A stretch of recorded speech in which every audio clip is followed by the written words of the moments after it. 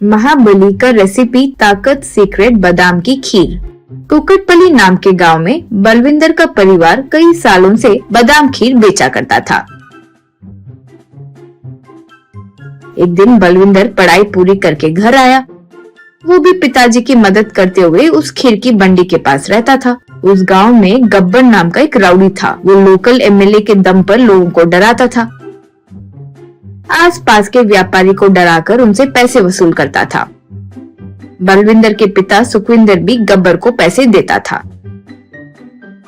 वो देखकर पिता से एक दिन बलविंदर, क्या पिताजी आप क्या कर रहे हो? हम ऐसे कितने दिन डरते रहेंगे? हमारी मेहनत का उसे क्यों दे? इसका कोई तो परिष्कार निकालना ही होगा। यूं कहा। तब सुखविंदर, देखो बेटा, हम यहाँ जीने के लिए आए हैं, बेकार के तंते नहीं पालना है। वैसे पढ़ाई पूरी करके तुम्हें नौकरी करनी चाहिए। अब ये सबसे तुम्हें क्या, तुम एक बदलोगे तो कुछ नहीं होगा, पूरे गाँव को बदलना होगा। यूं कहा। एक दिन उसका दोस्त जो आयुर्वेदिक डॉक्टर था उसके पास जाकर गांव वालों की समस्या बताया। तब आयुर्वेदिक डॉक्टर विद्यानाथ, देखो तुम्हारे पिता जो बोल रहे हैं वो सही है। वैसे उन्हें बलवान बनाना कोई बड़ी बात नहीं है, लेकिन सिर्फ शरीर नहीं, उनका मानसिक सोच भी बलवान होना पड़ेगा। तभी ये लोग राजकीय नायक या रौड़ी के खिलाफ जा पाएंगे। अश्वगंधा और दूसरे प्रकार के जड़ी बूटी मिलाकर दवाई देने से वे लोग शरीर के साथ साथ मानसिक रूप से भी बलवान बन जाएंगे। लेकिन ये तुम सब लोगों को कैसे दोगे? यूं कहा। सुखविंदर, ऐसे अलग अलग देने पर कोई नहीं खरीदेगा, इसलिए हमारे बादाम मिल्क में मिलाकर दूंगा, तब ये फर्क देखकर वे लोग आकर खुद खरीदेंगे। यूं कहा। तब वैद्यनाथ ठीक है कहकर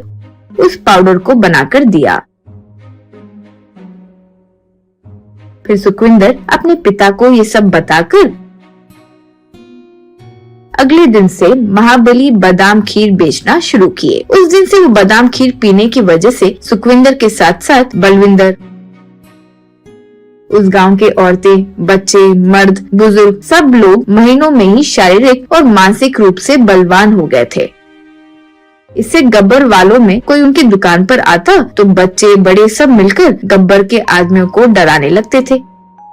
ये सब गौर करके एक दिन डैन में अपने आदमियों से गब्बर, ये सब वो महाबली बादाम खीर की वजह से ही हो रहा है, पहले उसे सबक सिखाते हैं, चलो। यूं कहा। इससे गब्बर और उसके आदमी सुखविंदर बादाम खीर के पास गए। उसके बाद सुखविंदर को बादाम खीर पूछे। इससे सुखविंदर उन्हें बादाम खीर दिया। इस तरह गब्बर के लोग रोज जाकर उसके बादाम खीर को पीते थे।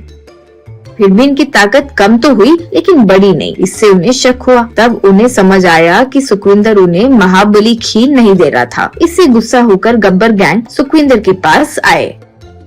उससे डराकर महाबली खीर बेचना बंद करे और उन्हें वो खीर की रेसिपी दे, यूं पूछने लगे। ऐसे रोज आने पर भी सुखविंदर ने कुछ बताया नहीं। ऐसे उन्हें देख देख कर चिढ़ मच गई थी तो सुखविंदर लोगों को बुला लिया। अब लोगों से सुखविंदर, देखिए महाबलियों, आप लोग ठीक से रहे और ताकतवर बने, इसलिए एक सीक्रेट रेसिपी ढूंढकर हमारे महाबली बादाम खीर में मिलाकर दे रहा हूँ। लेकिन ये गब्बर और उसके आदमी आकर तुम लोगों को देना बंद करें और उन्हें देने के लिए कह रहे हैं। वो राज मैं नहीं बताना चाहता हूँ। बता दिया तो तुम लोग क्या करोगे? फिर उनसे मार खाकर तुम लोग पेशेंट बन जाओगे। ये ठीक है क्या? गुंडागर्दी बढ़ाए या फिर आप लोग संभालोगे? यूं पूछा। तब लोग, नहीं नहीं, उन कमीनों को बिल्कुल मत देना, कहकर गब्बर गैंग को और उसके आदमियों को पकड़कर खूब मारे।